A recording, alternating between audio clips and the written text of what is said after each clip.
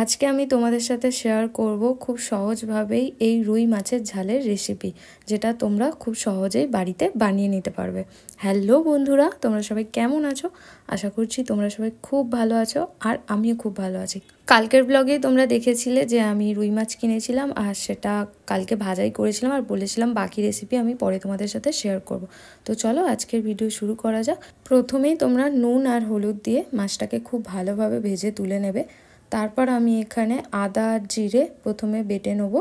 তারপর একসাথে বেটে নেবো একটা গোটা টমেটো আর সামান্য ধনেপাতা, এই দুটো একসাথে বেটে নিতে হবে। কালকের ব্লগটা যারা এখনও দেখোনি তারা অবশ্যই দেখে নিও।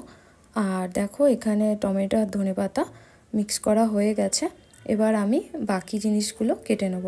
এখানে নিয়েছি একটা গোটা পেঁয়াজটা কেটে নিয়েছি, আর লাগবে সামান্য আদা বাটা আর রসুন বাটা। এরপর কড়াইতে দেবো পরিমাণ মতো সর্ষের তেল।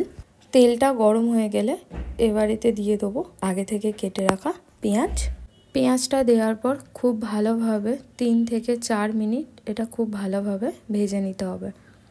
এই মাছের রেসিপিটা তোমরা যে কোনো মাছ দিয়ে করতে পারো, কাতলা মাছ দিয়েও করতে পারো, আমি তো রুই মাছ দিয়ে করছি, আর নর্মাল পাবদা মাছ যে কোনো মাছ দিয়ে এটা খেতে খুব ভালো লাগবে। 3 থেকে 4 মিনিট খুব ভালোভাবে এটা ভেজে নেওয়ার পর দেখতেই পাচ্ছ পেঁয়াজের কালারটাও চেঞ্জ হয়ে গেছে, আর পেঁয়াজটা বেশ নরমও হয়ে গেছে। এবার দিয়ে দেবো এতে রসুন বাটা। রসুনটা দেওয়ার পরও 2 মিনিট খুব ভালোভাবে এটা ভেজে নিতে হবে। এর আগেও একটা রুই মাছের রেসিপি আমার চ্যানেলে দেয়া আছে, যেটা আমি আপলোড করেছিলাম দুর্গাপুজোর সময়, আর সেটা একটু অন্যভাবে বানিয়েছিলাম। ওই অত মাস আগে, মানে বলতে পারো আগের বছরেই আমি লাস্ট মাছ কিনেছিলাম। তারপর আবার এই কালকে মাছ কিনলাম, কারণ আমি চিংড়িটা একটু বেশি খেতে ভালোবাসি, আর মাংস প্রায়ই খাই, মাছটা খুব একটা বেশি খাওয়া হয় না। পেঁয়াজ আর রসুন খুব ভালোভাবে এটা ভাজা হয়ে গেছে। এবার এতে দিয়ে দেবো আগে থেকে বেটে রাখা আদাটা দিয়েও খুব ভালোভাবে এটা 2 থেকে 3 মিনিট খুব ভালোভাবে ভেজে নেব।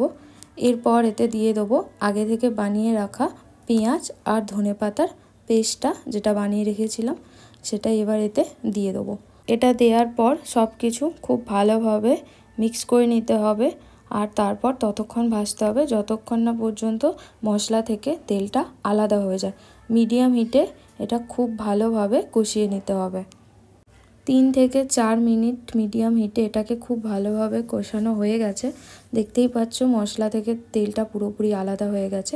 এবার এতে দিয়ে দেবো একে একে পরিমাণ মতো নুন, হলুদ গুঁড়ো, লঙ্কা গুঁড়ো, আর ধনে গুঁড়ো আর জিরে গুঁড়ো। তোমরা যদি ঝাল খেতে ভালোবাসো তো লঙ্কার পরিমাণটা একটু বাড়িয়ে দিও, কারণ আমি এতে আলাদাভাবে কোনো কাঁচা লঙ্কা দিইনি, পুরোটাই গুঁড়ো লঙ্কার উপর। তো লঙ্কা গুঁড়োটা চাইলে আর একটু বাড়িয়ে দিতে পারো। আমি যেহেতু ঝাল খুবই কম খাই, তাই জন্য লঙ্কার পরিমাণটা খুবই সামান্যই আমি দিয়েছি। এটা দেখো খুব ভালোভাবে মিক্স করে নিয়েছি। এরপর এতে দিয়ে দেবো পরিমাণ মতো জল। এতে কিন্তু খুব বেশি জল দিলে ভালো লাগবে না, তো অল্প পরিমাণে জল এটা দিতে হবে। জলটা দেওয়ার কিছুক্ষণ পরেই এবার এতে দিয়ে দেবো আগে থেকে ভেজে রাখা মাছগুলো। পেটি মাছটা আর মুড়োটা তো আমি কালকেই খেয়ে নিয়েছি, মানে পেটি মাছটা খেয়ে নিয়েছি, মুড়োটা দিয়ে তো বাঁধাকপি করব। তো চাকা লেজাটা ছিল, এটা দিয়ে আজকে ঝাল বানালাম। মাছগুলো দেওয়ার পর একদম লো হিটে কিছুক্ষণ এটা ঢেকে রেখে দিতে হবে। দেখতেই পাচ্ছ কালারটা কতটা সুন্দর এসেছে। আর নামানোর আগে এতে দিয়ে দেবো সামান্য পরিমাণ গরম মশলা, দিয়ে এটা কিছুক্ষণ রেখে দিলেই রেডি এই অসাধারণ রুই মাছের কালিয়া। বিশ্বাস করো এটা দেখতে যতটা সুন্দর হয়েছে, খেতে কিন্তু তার থেকেও বেশি সুন্দর হয়েছিল। তোমরাও এইভাবে একবার বাড়িতে বানিয়ে দেখো, আশা করছি তোমাদেরও খেতে খুবই ভালো লাগবে। ভিডিওটা তোমাদের কেমন লাগলো অবশ্যই কমেন্ট করে জানিও, আর ভালো লাগলে লাইক, কমেন্ট আর শেয়ার করে দিও।